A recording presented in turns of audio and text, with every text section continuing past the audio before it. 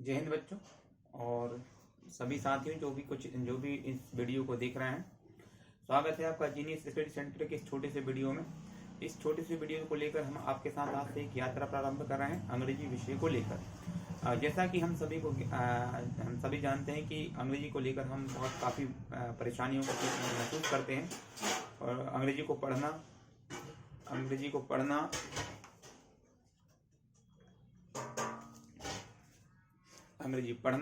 साथ ही साथ अंग्रेजी को लिखने के बाद अंग्रेजी को पढ़ना लिखना सीख जाने के बाद अंग्रेजी को समझना। तो समझना एक किसी भी भाषा को किसी भी चीज को समझना बहुत जरूरी रहता है कि अब कोई भी भाषा में कोई चीज लिखी रहती है उस सारे कॉन्सेप्ट जब समझ में आते हैं कि जब हमको उसके लिखने पढ़ने में अच्छी पकड़ है तो उसको एक समझने की बात होती है। क्योंकि अगर आपको इसका आउटपुट देना है तो अच्छा इनपुट जाना चाहिए और इनपुट जब जाता है कि जब आप उस भाषा को समझ पाते हो तो आपके अंदर वो सारी वो कहानी जो स्टोरी जो लिखी गई है वो आपको समझ में आएंगी। समझ में आने के बाद आप एक अच्छा बढ़िया प्रत्युत्तर या बहुत बढ़िया सा आउटपुट आप दे सकते हैं। पर हिंदी भाषा के साथ तो ये हमारे लिए सबके लिए संभव है, अंग्रेजी के साथ ये संभव नहीं हो पाता। होता है तो कठिनाइयां होती हैं काफी सारी, और बचपन से लेकर जब हम पढ़ना चालू करते हैं तो काफी कठिनाइयों को हम महसूस करते हुए चलते हैं। तो हम आज से इसी तरह के वीडियो इन्हीं समस्याओं को देखते हुए कि बच्चों को पढ़ना नहीं आ पाता, पढ़ना आ जाए तो समझना नहीं आ पाता है, फिर जैसे तैसे करके काफी मेहनत मशक्कत करने के बाद 1-2 साल का एक बहुत बड़े लंबे समय अंतराल के बाद जाकर हम परिपक्व होते हैं। तो हम कोशिश करेंगे कि हम काफी कम उतने समय को क्योंकि सही ढंग से या सही मार्गदर्शन ना मिल पाने के कारण ये होता है, समय हमारा काफी लग जाता है और हम परिपक्व नहीं हो पाते हैं। इन वीडियो को देखने से आपके अंदर की जो समझ है अंग्रेजी को लेकर धीरे धीरे करके काफी कम समय में को खर्च करते हुए डेवलप होगी। अंग्रेजी को एक दिन आप अच्छे से समय पढ़ लेंगे, बोल लेंगे और समझ लेंगे, ठीक है ना। अच्छा, लिखना पढ़ना और समझना तो हो गया। एक बड़ा जादूगरी होती है अंग्रेजी को, अगर जो अंग्रेजी पढ़ा अंग्रेजी बोल रहा हो तो घनी ऐसा लगता है, हमको तो ऐसा लगता है कि इससे बड़ा कोई परिहार है ही नहीं, इससे बड़ा जान पढ़िया कोई है ही नहीं, सब्र ज्ञान जय के अंदर है, ऐसा महसूस करते हैं हम लोग, ठीक है ना। और हम जो है अपने आप को एक ऐसा महसूस करते हैं कि हम तो यार इतना कुछ पढ़ लिया, इतने स्कूल गया पर तो कुछ नहीं पाया, ये दरा अंग्रेजी बोल रहा है कि नहीं। अब वो अंग्रेजी भाषी लोग हैं, वो अंग्रेजी बोलते हैं, कोई बात नहीं, आपके अंदर दूसरे अन्य सब्जेक्ट विषय का ज्ञान है, आप उसको अपनी भाषा में एक्सप्लेन करें, आप उस ज्ञान को आप अपनी भाषा में एक्सप्लेन करेंगे तो भी कोई दिक्कत नहीं है। बाकी रही अंग्रेजी की बात तो आप सभी लोग जहां तहां से सीख ही रहे हैं और इन वीडियो के माध्यम से और बेहतर ढंग से हम अपने अंग्रेजी ज्ञान को बेहतर करेंगे, ऐसा है। और साथ ही साथ ये वीडियो उन सभी के लिए बेनिफिशियल रहेगा जो किसी भी क्लास में और अंग्रेजी से डर लगता है या पढ़ते नहीं बनता है, समझ नहीं बनता, उनके लिए रहेगा। साथ ही साथ ये वीडियो उनके लिए भी हम इसी पर अपलोड करेंगे। 9, 10, 11, 12 की जो ग्रामेटिकल पोर्शन है उनके वीडियोस भी आपको यहाँ पर मिलेंगे। और ये आप जानते हैं ये चैनल जो है कॉम्पिटिशन एग्जाम के लिए विशेष रूप से बनाया गया है। तो कॉम्पिटिशन SSC SI के लेवल की जो इंग्लिश है उसके वीडियो आपको यहाँ पर मिलेंगे। धीरे धीरे ये प्रोग्राम चालू होकर एक बहुत बड़ा रूप लेगा और आप इसमें निश्चित रूप से सहयोग करेंगे और आप इसको पसंद भी करेंगे और बहुत अच्छे से इसको सपोर्ट करेंगे। चलिए तो हम आज से शुरू करते हैं अंग्रेजी के बेसिक ज्ञान को। तो बेसिक ज्ञान का वीडियो जो है अंग्रेजी में बेसिक नॉलेज जो है वो आज से हम बेसिक नॉलेज को हम अल्फाबेट से चालू करेंगे। ABCD जो आप सभी लोग बहुत अच्छे तरीके से जानते हैं, समझते हैं, पढ़ना जिनको आता है, वहां से हम इस वीडियो को हम आज से चालू कर रहे हैं। तो हम सभी को पता है कि ये सारे के सारे क्या है, हमारे अल्फाबेट्स हैं या लेटर्स हैं। अच्छा, दो सबसे बड़ा कंफ्यूजन यही पैदा हो जाता है, इसी को हम कंप्लीट खत्म कर लेते हैं आज। पहला कंफ्यूजन तो अल्फाबेट क्या होते हैं और लेटर क्या होते हैं, ठीक है ना। सामान्यतः हम इन सभी को एक ही मान लेते हैं। मतलब बोला कि चलो अल्फाबेट बोलो ABCD अल्फाबेट वही, लेटर बोलो तो क्या अंतर है, ABCD वही लेटर है वही अल्फाबेट है, ऐसा हम सोचते हैं, ऐसा हम मानते हैं। बट ऐसा इनमें थोड़ा सा ही बेसिक डिफरेंस है, वो आपके सामने अभी आने वाला है और इस डिफरेंस को आप निश्चित ही आज के बाद हमेशा के लिए क्लियर कर लेंगे। यहाँ लाइट चमक रहा होगा इसलिए मैं इसको मिटाकर थोड़ा सा नीचे को लिखता हूँ। अल्फाबेट की बात करेंगे हम, अल्फाबेट है क्या, जो आपके सामने बोर्ड ये चार्ट लगा हुआ है। दूसरा हम लेटर क्या है उनको हम आज इस कंफ्यूजन को हम दूर करते हैं, ठीक है। अल्फाबेट्स क्या होते हैं, अल्फाबेट जो होते हैं जैसे कि आपने ये देखी यहाँ से लेके यहाँ तक, A से लेके Z तक, ठीक है, इनको A से लेके Z तक जो है वो सब हम अल्फाबेट कहलाते हैं।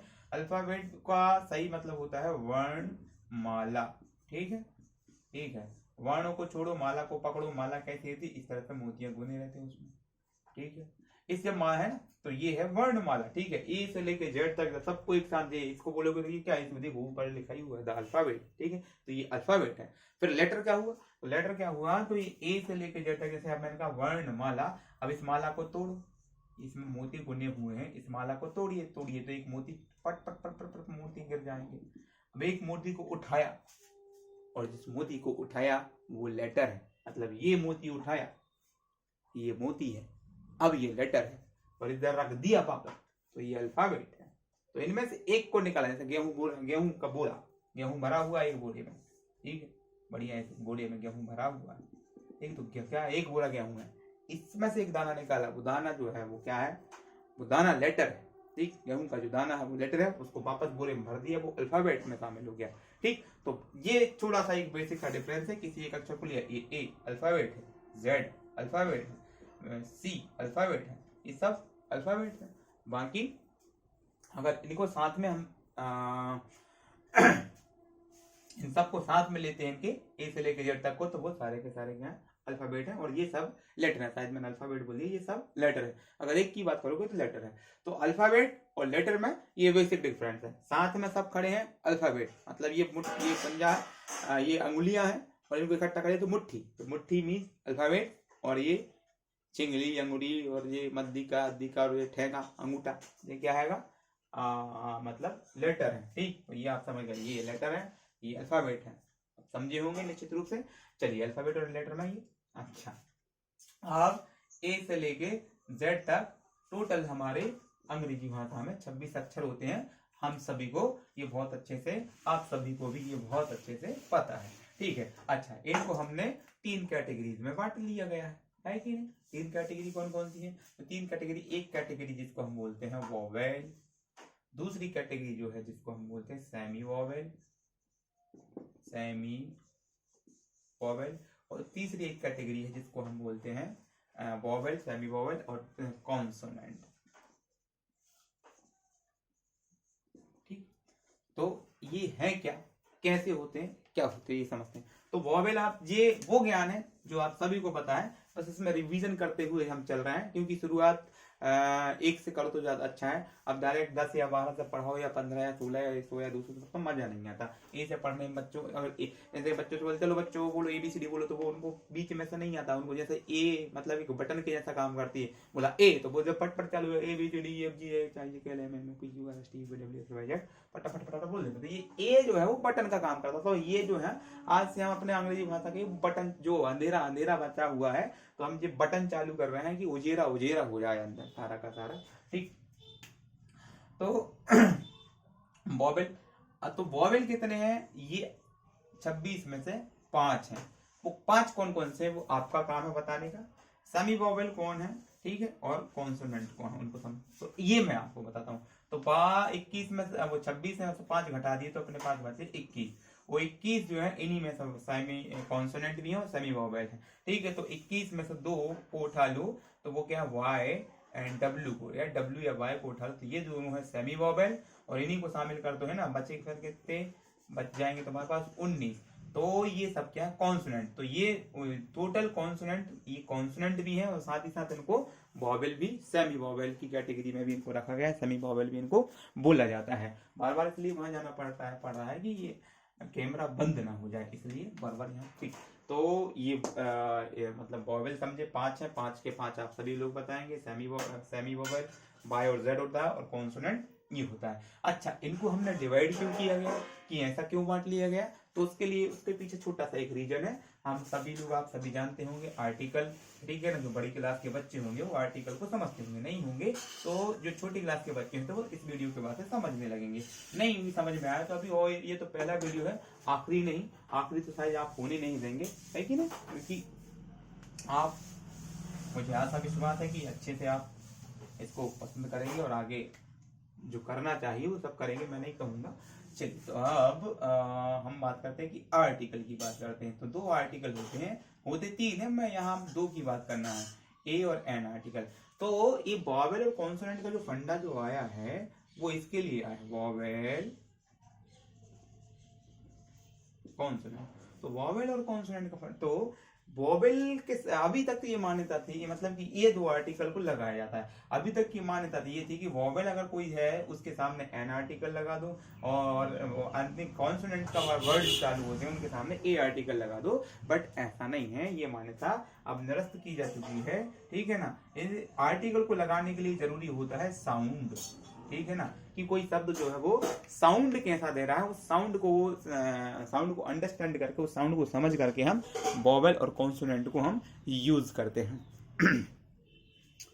तो वॉवेल और साउंड को लेकर हम आर्टिकल ए एन यूज करते हैं, ठीक है। अब साउंड की बात करें तो अब साउंड जो होता है, एन जो आर्टिकल यूज होता है वो होता है वोकल साउंड, जो होता है कंठ से निकल, ये क्या है, स्वर।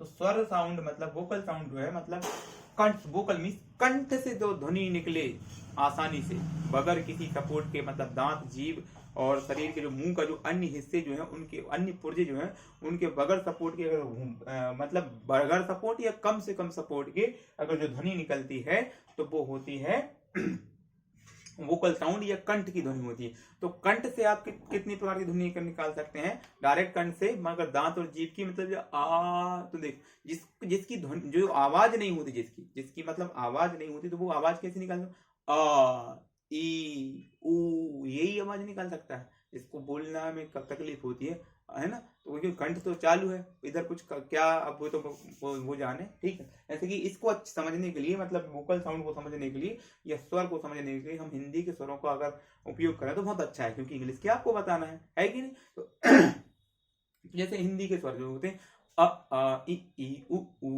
ए ऐ ओ औ अम, ठीक। तो ये सारी आवाज जो है वो कहाँ से आ रही है, गले से आ रही है डायरेक्टली, और ये दांत, जीभ, मुंह का कम सपोर्ट लग रहा है। और मजेदार तो हिंदी होती है, हिंदी को जब पढ़ते हैं, हिंदी की जब स्वरों को पढ़ते हैं तो खूब मजा आता है। बच्चे यहाँ हंस हंस को उनका पेट दुखने लगता है, क्योंकि उन गोल स्वरों को कई भागों में बांटा गया है। जैसे कुछ स्वर ऐसे हैं जिनको होंठ को गोल करके बोलना पड़ता है, आ, जैसे ऊ, तो ऊ को होंठ को गोल करके, ये देखना राउंड करके गोल करना पड़ा, गोल करो तब कहीं बोलता ऊ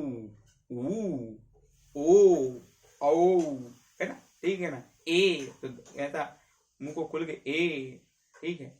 आई ऐसा करके बोलना पड़ता था, बड़ा मजेदार होता है उसको सीखना समझना। ये एक वैज्ञानिक पद्धति है, विज्ञान पूरा सोच समझ कर ये भाषा को, किसी भी भाषा को बनाया जाता है या डेवलप किया जाता है। तो कुछ इसी तरह की पद्धति इसमें भी अपनाएंगे। तो जो वॉवेल के जो साउंड आते हैं वो हमारे कंठ से डायरेक्टली आते हैं, जिनमें हमारे अन्य हिस्से का उपयोग नहीं होता है, उनको हम उनको वोकल साउंड बोलते हैं, या वॉवेल, उन्हीं को हम वॉवेल बोलते हैं। और जिनके सामने वॉवेल का साउंड आता है उनके सामने एन आर्टिकल को लगाते हैं। जैसे इसमें से अगर इसको बोल, इसमें से मैं एक वॉवेल बता देता हूँ, ओ को बोलने में डायरेक्ट यहाँ से ओ बोल दिया फटाक से, ठीक है ना। आपको बस मुंह को थोड़ा सा गोल, होंठों को थोड़ा सा गोल करना पड़ा और फट से आपके अंदर से अब आ जाएगा ओ, है ना, और कुछ मेहनत नहीं लगी। अब इसके अलावा जो कॉन्सोनेंट है, कॉन्सोनेंट को बोल के देखिए, जैसे कि एन।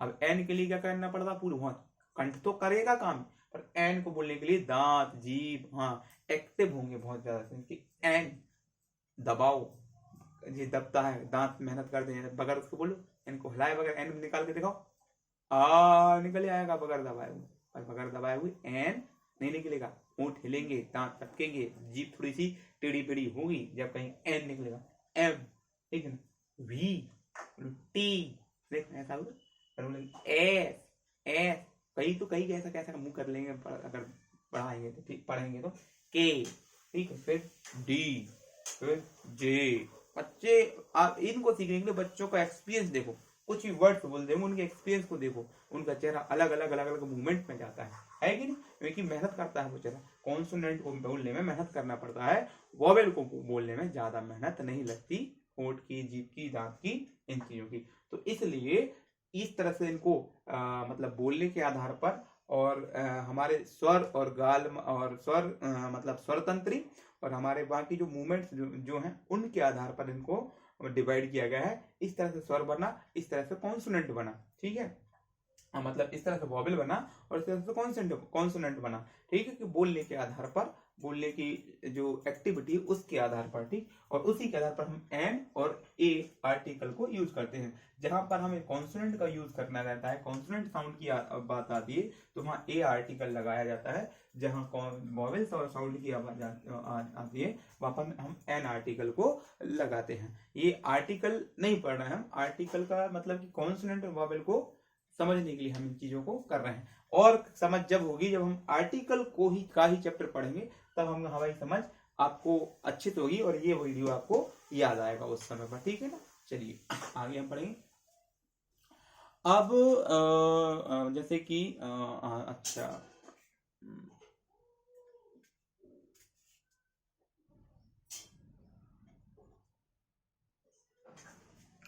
लगभग अगर और लंबा इस वीडियो, ये हो गई हमारी आज की पहली वीडियो बेसिक समझ। इसके बाद आपको अगला वीडियो मिलेगा जिसमें हम इसके जस्ट इसके आगे से क्या कहानी होती है उसको स्टार्ट करेंगे, क्योंकि वीडियो काफी लंबा हो जाएगा और लंबा होने के कारण क्या है कि काफी सारी समस्याएं आती है इसको अपलोड करने में।